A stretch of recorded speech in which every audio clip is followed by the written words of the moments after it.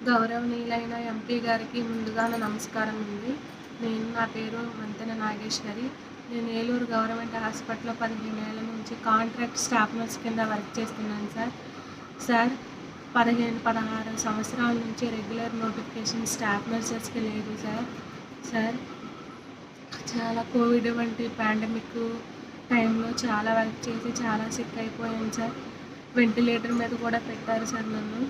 చాలా బ్యాడ్ అయిపోయాను సార్. ఇప్పటికీ నెలకు వచ్చి 7,000 నుంచి 8,000 రూపాయల మందులు మెడిసిన్ వాడుతున్నాను సార్.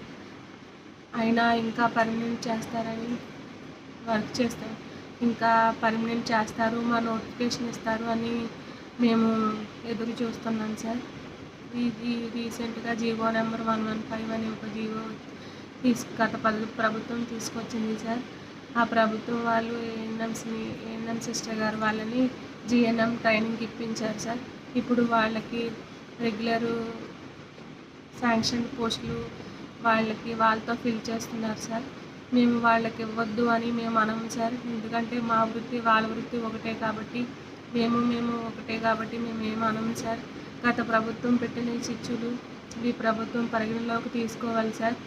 సార్ చాలా హెల్త్ ప్రాబ్లమ్స్తో చాలామంది స్టాఫ్ నర్సులు చనిపోయారు సార్.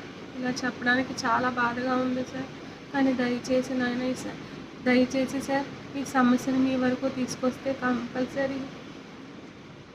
కంపల్సరీ న్యాయం జరుగుతుందని ఈ వీడియో తీసి పెడుతున్నాను సార్. దయచేసి మాకు న్యాయం చేయండి సార్.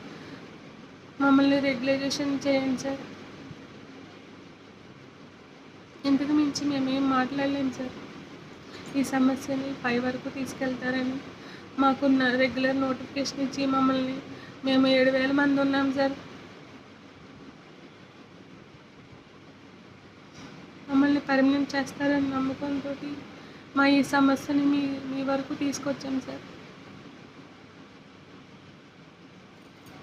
Thank you sir.